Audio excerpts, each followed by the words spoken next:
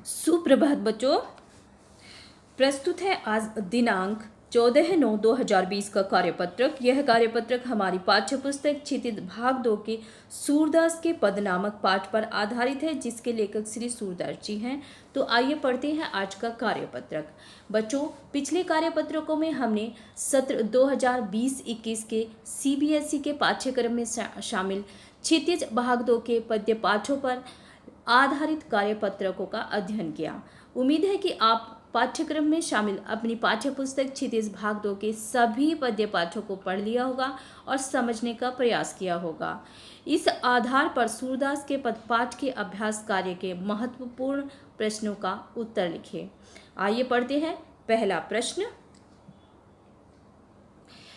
प्रश्न है कि गोपियों द्वारा उद्धव को भाग्यवान कहने में क्या व्यंग निहित है। तो गोपियों द्वारा उद्धव को भाग्यवान कहने में यह व्यंग निहित है। गोपियाँ कहती है कि तुम्हारे भाग्य की यह कैसी विडंबना है कि श्री कृष्ण के पास रहते हुए भी तुम उनके प्रेम से अछूते रह गए। श्री कृष्ण के निकट रहकर भी तुम उनके प्रति तुम्हारे मन में अनुराग उत्पन्न नहीं हुआ। जो तुमसे बढ़कर भाग्यवान कौन हो सकता है, या तुमसे बढ़कर दुर्भाग्य किसका हो सकता है। इस कथन के द्वारा गोपियों ने भाग्यवान कहकर यह व्यंग कर रही है कि आपसे बढ़कर दुर्भाग्यशाली कोई नहीं हो सकता। आगे बढ़ते हैं और देखते हैं अगला प्रश्न नंबर 2।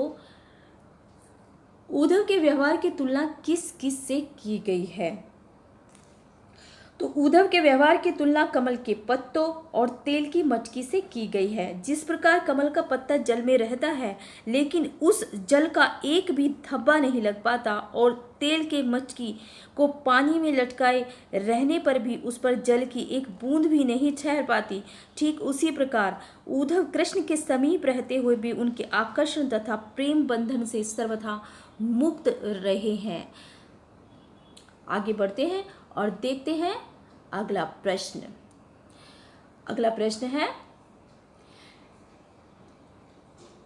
प्रश्न नंबर 3। कृष्ण के प्रति अपने अनन्य प्रेम को गोपियों ने किस प्रकार अभिव्यक्त किया है। तो कृष्ण के प्रति गोपियों ने अपने अनन्य प्रेम को इस प्रकार और विभिन्न उदाहरणों के माध्यम से प्रकट किया है। वे कहती हैं कि श्री कृष्ण के प्रति हमारा प्रेम गुड़ के से चिपकी हुई चींटियों के समान है। गोपियाँ मन क्रम वचन से श्री कृष्ण के प्रति समर्पित है। श्री कृष्ण उनके लिए हरिल की लकड़ी के समान है। उन्हें योग का संदेश कड़वी ककड़ी के समान प्रतीत होता है, क्योंकि वे केवल श्री कृष्ण का प्रेम चाहती है। वे दिन रात सोते जागते केवल श्री कृष्ण का ही स्मरण करती है। अगला प्रश्न देखते हैं। प्रश्न नंबर 4। गोपियों ने अपने वाक चातुर्य के आधार पर ज्ञानी उद्धव को परास्त कर दिया और उन्हें वाक चातुर्य की विशेषताएं लिखे। तो गोपियों ने अपने वाक चातुर्य के आधार पर ज्ञानी उद्धव को भी परास्त कर दिया। इसी ज्ञान के कारण उन्होंने उद्धव को अधिक बोलने का मौका तक नहीं दिया। गोपियों ने अपना गुस्सा व्यंग के रूप में उद्धव पर उतारा और अपने व्यंग से उद्धव को पराजित कर दिया। आइए बच्चों आगे बढ़ते हैं और देखते हैं प्रश्न नंबर 5 में क्या है।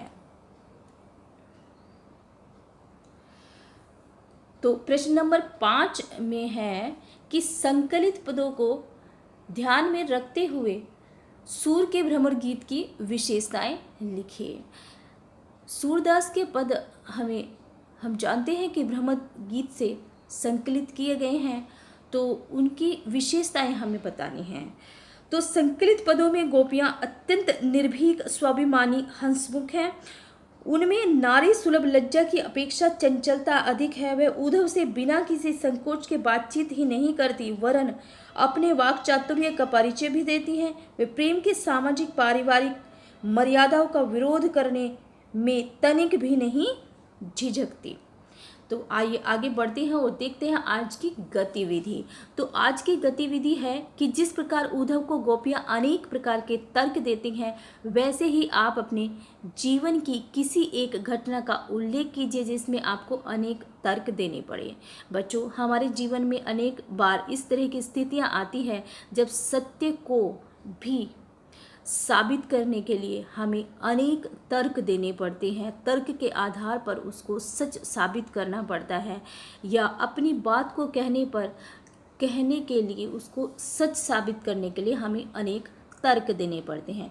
अगर आपके सामने इस तरह की कोई स्थिति कभी उत्पन्न हुई हो तो उस स्थिति को यहाँ पर आपको वर्णन करना है। तो यह आप स्वयं करेंगे अपने अनुभव के आधार पर।